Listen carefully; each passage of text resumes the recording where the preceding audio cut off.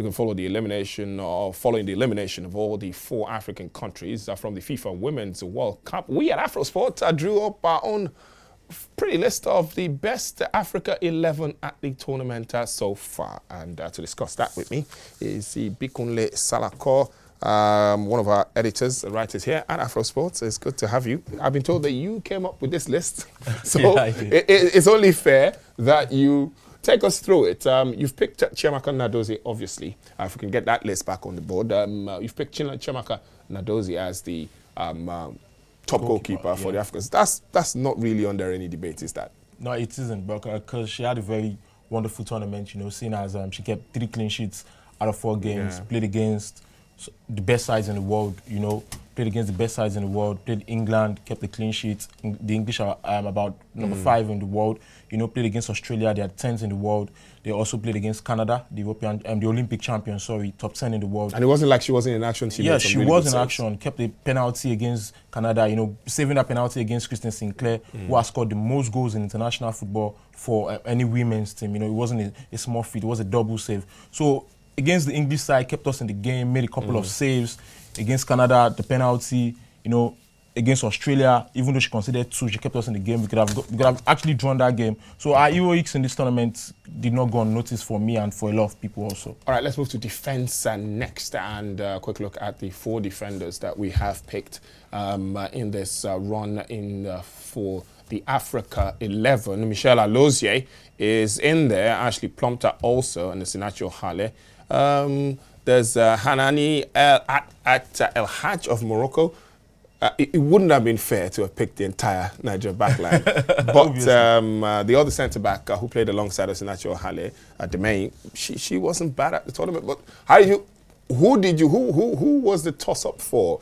Who did you live out to get all these 4 guys in? So, obviously, Michelle Alozie did a lot. I was looking either her or the Moroccan right back.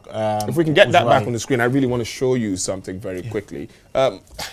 It's easy to have probably picked an all-4 Nigerian backline. All-4 Nigerian backline, but you must also remember that there was Morocco in the next round. There was also the South Africans in that round. It wasn't really easy, as you rightly said. It wasn't easy. It was between Alozie for me and the Moroccan right back. There was also the South African number 2 there. But Alozie worked very hard, had the most sprints of any fullback for an African team, about 202, I guess. Made a lot of crosses, interceptions.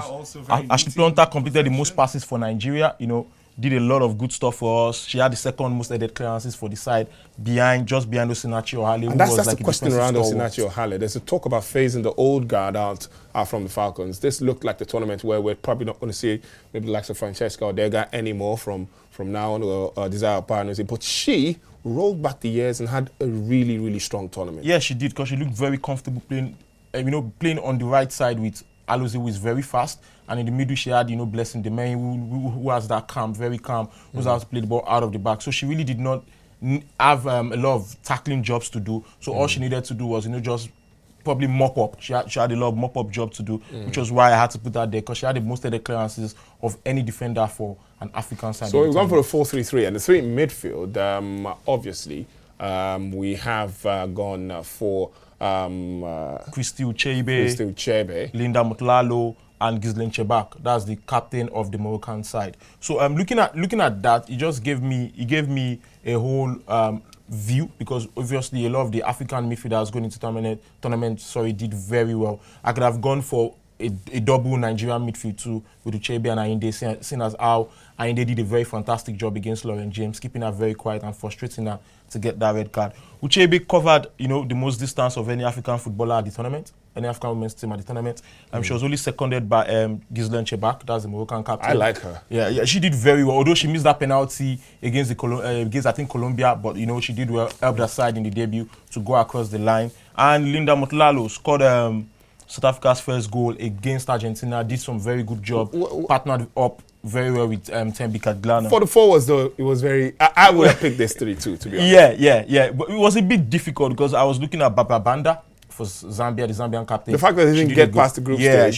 She did quite a lot of things. Even in that same South African side, I could have gone for Sepusenwe. Obviously, there will be a lot of vow not going for our own darling Asisa Oshoala, but I just felt like Rashida Ajibade nicked it for me.